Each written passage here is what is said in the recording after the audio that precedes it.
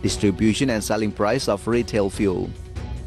Premium itu kan ada yang dijual langsung ke konsumen di SPBU, itu udah kecil sekali yang dijual langsung ke konsumen itu. Tapi ada premium yang kemudian dipakai untuk bikin pertalite. Nah, yang premium yang dipakai untuk pertalite itu nanti kan dicampur. Nah, premium yang dipakai untuk pertalite itu juga bisa dikompensasi, diberikan subsidi. Itu dia perpres itu seperti itu. Sehingga nanti kita bisa mengalokasikan yang disubsidi tetap yang premiumnya. Jadi sementara kalau yang pertalite campurannya kan nanti kan tergantung pada harga internasional ya kan. He guarantees that the premium that will be used for the pertalite mixture will still be subsidized by the government. Meanwhile, other pertalite mixtures will be priced according to the international prices. Similarly, the Director General of Budget at the Ministry of Finance, Isa Rahmatarwata, say that the premium pertalite mixture is an assignment from the government which will later be given compensation or subsidies. IDX Channel reports. As announced by the Central Statistics Agency in December 2021, there was an inflation of 0.57%. Therefore, throughout 2021, Indonesia experienced inflation of 1.87% year-on-year.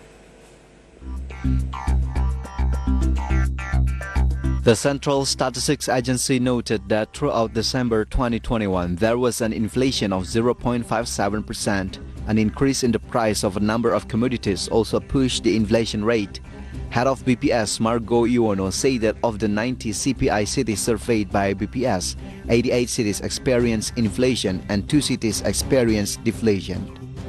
Perkembangan harga dari berbagai komoditas pada bulan Desember tahun 2021 ini secara umum menunjukkan adanya kenaikan. Berdasarkan hasil pemantauan BPS di 90 kota, pada Desember 2021 ini terjadi inflasi sebesar 0,57%. Inflasi tahun kalender itu sama dengan tingkat inflasi dari tahun ke tahun 2021. Ya. Jadi tahun kalender sama dengan inflasi dari tahun ke tahun, di mana tercatat inflasinya sebesar 1,87%. Gitu ya. Jadi inflasi tahun kalender sama dengan inflasi tahun ke tahun sebesar 1,87%. Dari 90 kota yang kita amati pemantauan perkembangan harganya, terdapat 88 kota itu mengalami inflasi dan 2 kota mengalami deflasi. The highest inflation occurred in Jayapura at 1.91%. The lowest inflation occurred in Pekanbaru at 0.07%. Meanwhile, the highest deflation occurred in Dumai at -0.13%, and the lowest was in Bukit Tinggi at -0.04%. So that the inflation rate throughout the 2021 calendar year is 1.87%, or the same as year-on-year inflation of 1.87%. IDX Channel reports.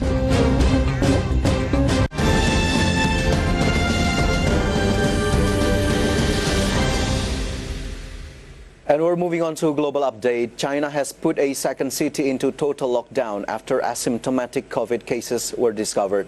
Meanwhile, President of Kazakhstan has declared a 2-week state of emergency after protest over fuel rise. More stories on today's International Minute. China has put a second city into total lockdown after just 3 asymptomatic COVID cases were discovered. Yuzhou, which has a population of 1.1 million, saw its transport system shut down and all but essential food stores closed overnight.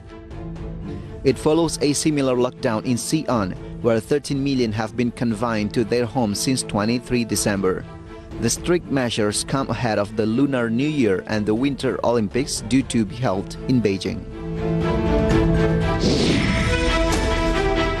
The President of Kazakhstan has declared a 2-week state of emergency in parts of the country after protests over fuel price rises turned violent. Big demonstrations were reported in several areas across the country. Police in Almaty, the country's biggest city, used tear gas to contain crowds after vehicles were set on fire.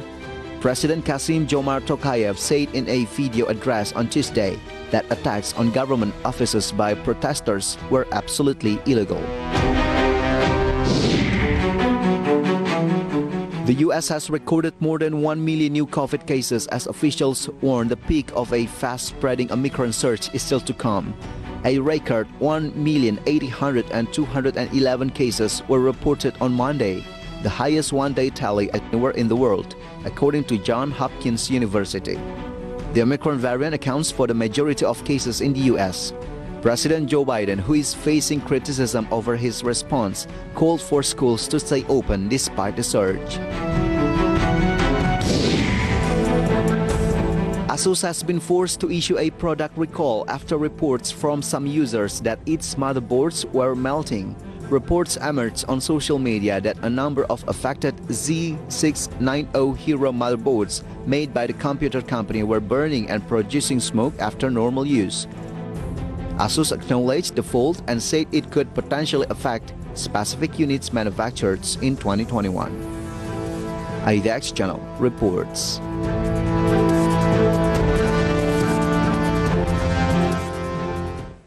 Government is reluctant to close borders amid surge in Omicron cases. Market headlines will be right back.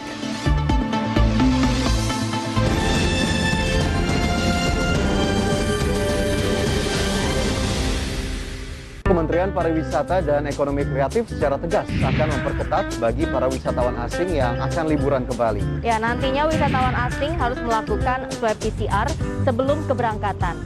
Para wisatawan-wisatawan yang sehat, para wisatawan yang sudah tervaksin. Selama pandemi, banyak armada taksi dari Taksi di Thailand menganggur. Berencana akan melepaskan saham holding BUMN pertambangan Main ID di Bursa Efek Indonesia. Ya, halo pemirsa, nama saya Mangivera Tjong. Saat ini saya menjabat sebagai presenter dan juga associate producer. Saat ini saya membawakan program IDX Conversation Closing, di mana di program tersebut saya menganalisa isu-isu ekonomi yang menarik, baik dari luar negeri maupun juga dari dalam negeri. Tentunya, hingga saat ini saya masih terus belajar dan saya sangat menikmati profesi tersebut.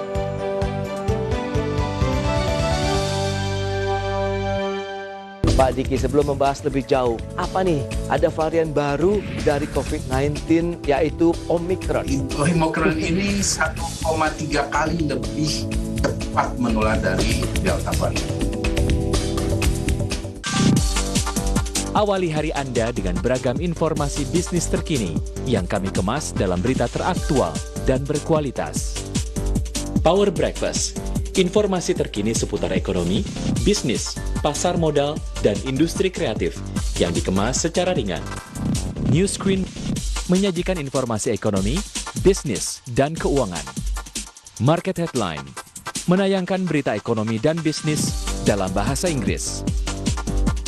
Saksikan program-program berita ekonomi dan bisnis terkini langsung dari sumbernya, live hanya di IDX Channel. Your Trustworthy Economic, Business, and Capital Market Channel.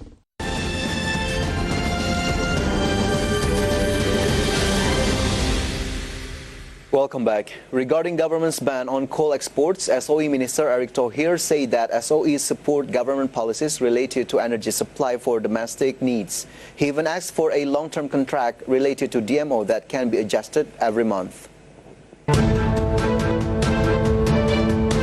Minister Erick Thohir said SOE support government policies related to energy supply for domestic needs. Erick even called the directors of PLN, Bukit Asam and Pertamina just to make sure there was cooperation and continuity and not to put forward sectoral egos in dealing with the current situation. In the future, he asked for a long-term contract related to DMO that can be adjusted every month, not annually. DMO or domestic market obligation is the obligation of domestic coal producers to supply coal production for domestic needs. Erick also considered the need for anticipation of obstacles in weather conditions that could affect coal supply. Erick admitted that he had summoned the directors of Bukit Asam and asked for another long-term agreement between Bukit Asam and PLN. The current situation, he continued, is a momentum for Indonesia to start mapping out renewable energy in a big way into the future. There needs to be a big mapping in this regard. Previously, the government announced a ban on coal companies from exporting in order to fulfill the need for coal for PLN's power plants. IDX Channel reports.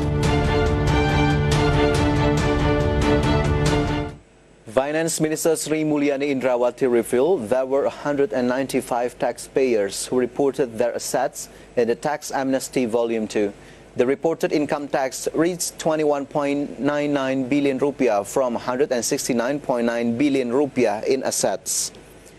The Minister of Finance asked all taxpayers who have not reported their assets to immediately take advantage of the Tax Amnesty Program Volume 2. This is because the final income tax rate paid will be lower than the fine of 200%. The program will last for 6 months from January 1st to June 30, 2022. She also admitted that the ministry will take various actions for taxpayers who have not reported assets after June 30. Sistem kita sudah mulai bekerja. Buktinya hanya dalam waktu 2 hari, 1 dan 2 Januari, ini sudah 195 WP yang sudah ikut. Mereka menyetorkan PPh-nya 21,99 miliar dari harta yang diungkapkannya sebesar 169,6 miliar rupiah. Nanti kalau tidak, kami akan melakukan mulai enforcement tahun ini. Jadi begitu ini selesai Juni, kita akan melakukan enforcement dan kalau Anda tidak ikut berarti ya tarifnya 200. After officially became the majority shareholder of Bank Muamalat, the Hajj Financial Management Agency or BPKH will invest in Bank Muamalat Indonesia worth 1 trillion rupiah through a rights issue scheme. The Hajj Financial Management Agency or BPKH will invest in Bank Muamalat Indonesia worth 1 trillion rupiah through additional shares through a right issue scheme. The corporate action was carried out after BPKH officially became the majority shareholder of Bank Muamalat with a share ownership portion of 78.45%. In addition to the rights issue, Bank Muamalat also plans to issue a Sharia-based subordinated instrument with a target set of funds worth 2 trillion rupiah as tier 2 capital. Head of BPKH Anggito Abimanyu said that after the allotment of the rights issue to be carried out on January 7, 2022, BPKH will have around 82.7% of Bank Muamalat shares. Based on the latest data from Bank Muamalat in September 2021, the company's capital adequacy ratio is at the level of 15.26%. This is higher than the position in September 2020 of 12.48%. As is known, BPKH has officially become the majority shareholder of Bank Muamalat after receiving the transfer of shares through a grant from the previous controlling shareholders.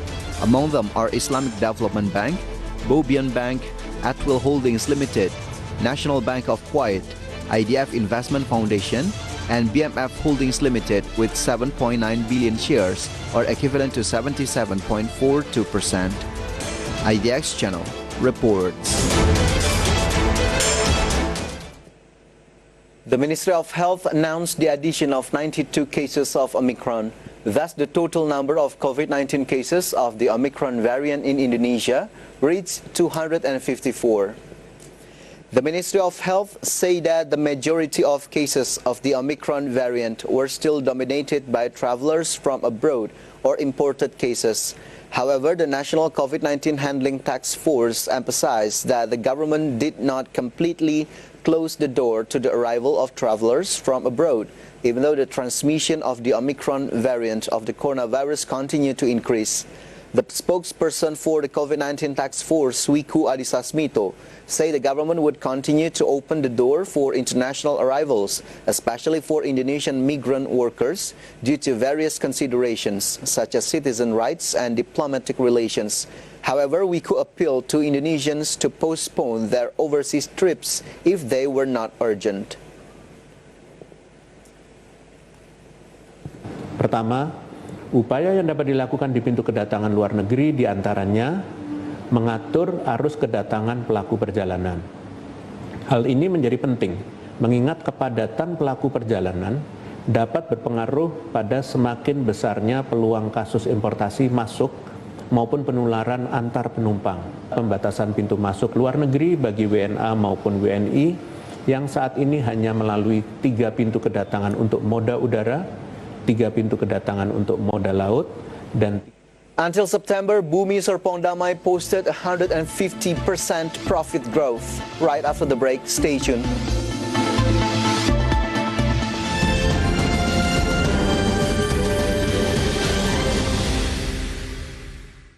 Wakil Presiden Maruf Amin menegaskan pengembangan industri halal menjadi salah satu fokus pemerintah dalam memajukan sektor industri di Indonesia. Kita mampu untuk menjadi produsen halal terbesar.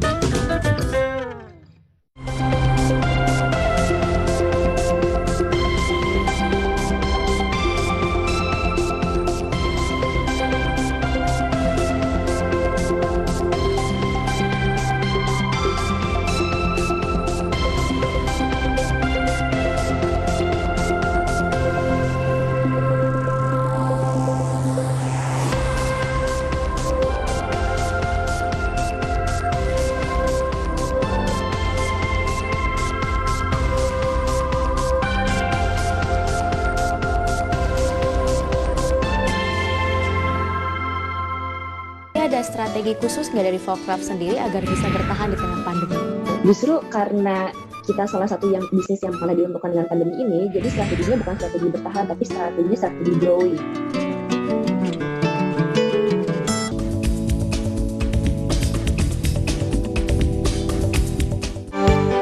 Saya Prisa Samodatu membawakan program berita News Screen yang menghadirkan informasi seputar ekonomi maupun juga bisnis dari dalam negeri.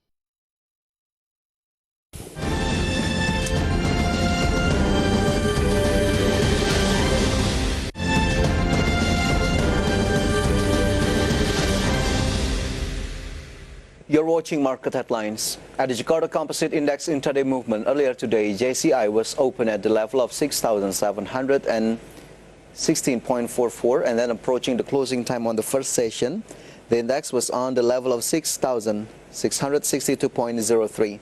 And then the index was showing weakening trend by the second session closing time. Index was closed at the level of 6,662.3. And in short, Jakarta Composite Index went down 0.49%. And next, we're going to see the sectoral movement leading the dynamics of today's trading. We got finance as the leader of strengthening trend that went up 0.19%. Technology sector as the leader of weakening trend went down 1.91%, while property went down 1.77% and transportation and logistics sector went down 1.49%. And from the sectoral movement, let's see the top gainers of today's trading session. Bank Rakyat Indonesia went up 1.2% to the level of 4,210 rupiah per share. Arto went up 2.16% to the level of 17,775 rupiah. Bank Sentral Asia went up 0.68% to the level of 7,450 rupiah. And BBHI went up 10.23% to the level of 9,700 rupiah per share. And how about the top losers for today's trading? We got the list, and here they are. Telkom went down 2.8% to the level of 4,050 rupiah. Bukalapak went down 6% to the level of 470 rupiah per share. Adaro went down 2.61% to the level of 2,240 rupiah per share, and Astra International went down 3.46% to the level of 5,575 rupiah per share. And from rupiah towards US dollar, let's see the movement of today's trading. Open at the level of 14,257 rupiah, showing weakening trend towards US dollar. And it was closed at the level of 14,342, and in summary, rupiah went down 0.6%.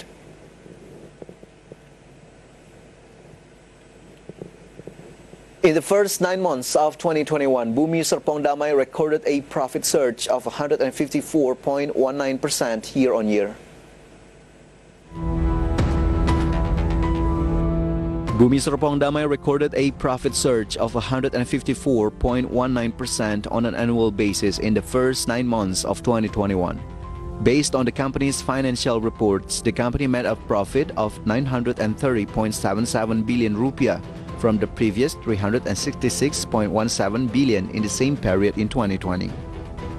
The increase in net profit is in line with revenue until the third quarter of 2021, which grew 20.84% to 5.16 trillion rupiah. Sales of land and buildings are the main contributors to the Sinarmas Group issuer, recording revenue of 3.67 trillion rupiah, or growing 16.5% year-on-year. Sales of strata title land and buildings also rose to 473.63 billion rupiah, or grew 61.08% year-on-year. Bumi Serpong Damai also recorded construction revenues of 266.95 billion rupiah, even though in the third quarter of 2020, the company did not record revenue from this post. Other income also increased to 20.67 billion rupiah. On the other hand, revenues from rentals, hotels, recreation areas, and the management of compact buildings recorded a decline. IDX Channel reports. Meantime, Adaro Energy has set the conversion rate for the distribution of interim dividends. As a result, the total dividend to be given is 4.99 trillion rupiah. Adaro Energy set the conversion rate for the distribution of interim dividends at 14,278 rupiah per US dollar. With this exchange rate, the total dividend to be given to shareholders is 4.99 trillion rupiah. Adaro Energy's Corporate Secretary Mahardika Putranto explained that the total interim dividend in 2021 to be given reached 31.2 billion shares at a price of 160.16 rupiah per share. Dividend payment will be made on January 14, 2022. Regarding performance, solid coal selling prices and production volumes that are expected to increase in the second semester of 2021 will encourage the growth rate of Adaro financial performance to be faster than expected. Although the realization of the company's coal production volume in the first half of 2021 was lower than expected, he said that Adaro Energy would still be able to achieve the target of 52 to 54 million tons in 2021. IDX Channel reports. MNC Studios International plans to consolidate digital assets to improve performance in 2022. The company targets the action to be completed in the first quarter of 2022.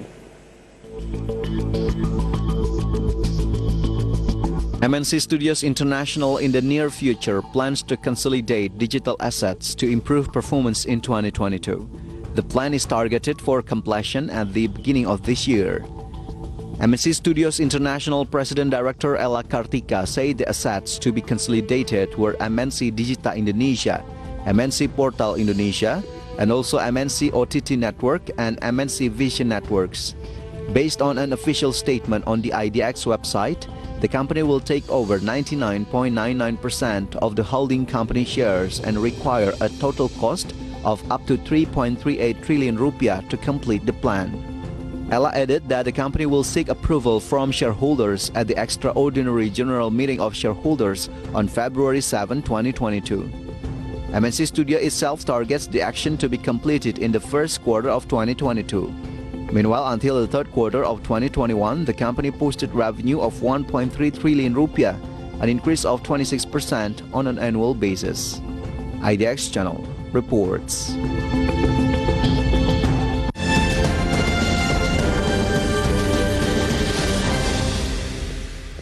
And stepping aside from market condition as the efforts in achieving herd immunity is still going on, here is an update data about COVID-19 vaccinations in Indonesia.